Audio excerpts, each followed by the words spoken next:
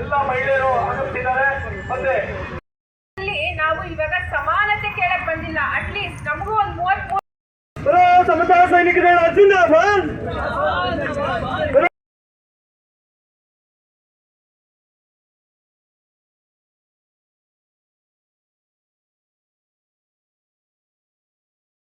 ನಾಗರತ್ನ ಈ ರಾಜ್ಯ ಮಟ್ಟದ ಮಹಿಳಾ ಮುಖಂಡರ ನಿಯೋಗ ಹೋಗಿ ರಾಜ್ಯಪಾಲರಿಗೆ ಸಲ್ಲಿಸ್ತಾರೆ.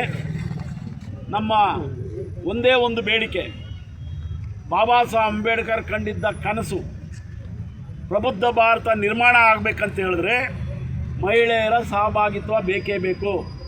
ಆಡಳಿತದಲ್ಲೂ ಬೇಕು, ಎಲ್ಲ ಕ್ಷೇತ್ರದಲ್ಲೂ ಬೇಕು. 100ಕ್ಕೆ 50% ಮೀಸಲಾತಿ ಬೇಕು ಅಂತ ಕೇಳುವಂಥವ್ರು ನಾವು.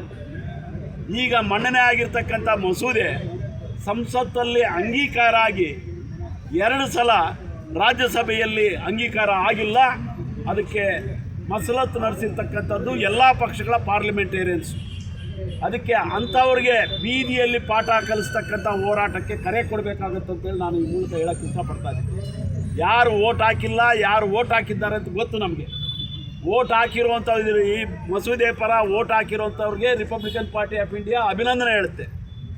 ಯಾರು ಓಟ್ ಹಾಕದೆ ಚಿತಾವಣೆ ಮಾಡಿದ್ದಾರೆ, ಮಸಲತ್ತು ನಡೆಸಿದ್ದಾರೆ, ಇದು ಸೋಲು ಆಗಬೇಕು ಅಂತೇಳಿ ಅವ್ರಿಗೆ ಧಿಕ್ಕಾರ ಹಾಕುತ್ತೆ. ಧಿಕ್ಕಾರ ಹಾಕೋದೇ ಅಲ್ಲ, ಅಂಥ ಸಂಸದರ ಪಟ್ಟಿ ಮಾಡಿ ಈ ದಿನ ರಿಪಬ್ಲಿಕನ್ ಪಾರ್ಟಿ ಆಫ್ ಇಂಡಿಯಾ ಮತ್ತು ಸಮತಾ ಸೈನಿಕ ದಳದ ನೇತೃತ್ವದಲ್ಲಿ ಮಹಿಳಾ ಮೀಸಲಾತಿ ಮಸೂದೆ 2026 ಸಂಸತ್ತಿನ ಕಳೆದ ಅಧಿವೇಶನದಲ್ಲಿ ಏನು ಸೋಲುಂಟಾಯಿತೋ ಅದಕ್ಕೆ ಗೆಲುವು ಆಗಲೇಬೇಕಂತೇಳಿ ಹೋರಾಟವನ್ನು ಪ್ರಾರಂಭ ಮಾಡಿದ್ದೀವಿ. ನಾನು ಸಮತಾ ಸೈನಿಕ ದಳದ ರಾಷ್ಟ್ರೀಯ ಅಧ್ಯಕ್ಷ, ರಿಪಬ್ಲಿಕನ್ ಪಾರ್ಟಿ ಆಫ್ ಇಂಡಿಯಾದ ರಾಷ್ಟ್ರೀಯ ಕಾರ್ಯಾಧ್ಯಕ್ಷ, ನಮ್ಮ ಕರ್ನಾಟಕ ರಾಜ್ಯದ ಎಲ್ಲ ಮಹಿಳಾ ಮುಖಂಡರ ನಿಯೋಗದ ಜೊತೆಗೆ ಇವತ್ತು ಫ್ರೀಡಂ ಪಾರ್ಕಲ್ಲಿ ಧರಣಿ ಮಾಡಿ ರಾಜ್ಯಪಾಲರ ಮೂಲಕ ರಾಷ್ಟ್ರಪತಿ ಮೂಲಕ ಪ್ರಧಾನಮಂತ್ರಿಗಳಿಗೆ ಮನವಿ ಪತ್ರವನ್ನು ಸಲ್ಲಿಸ್ತಕ್ಕಂಥ ಕೆಲಸ ಮಾಡಿ. ಜೈ Bhim. Republican Party of India ಹೋರಾಟಕ್ಕೆ ಜಯವಾಗಲಿ.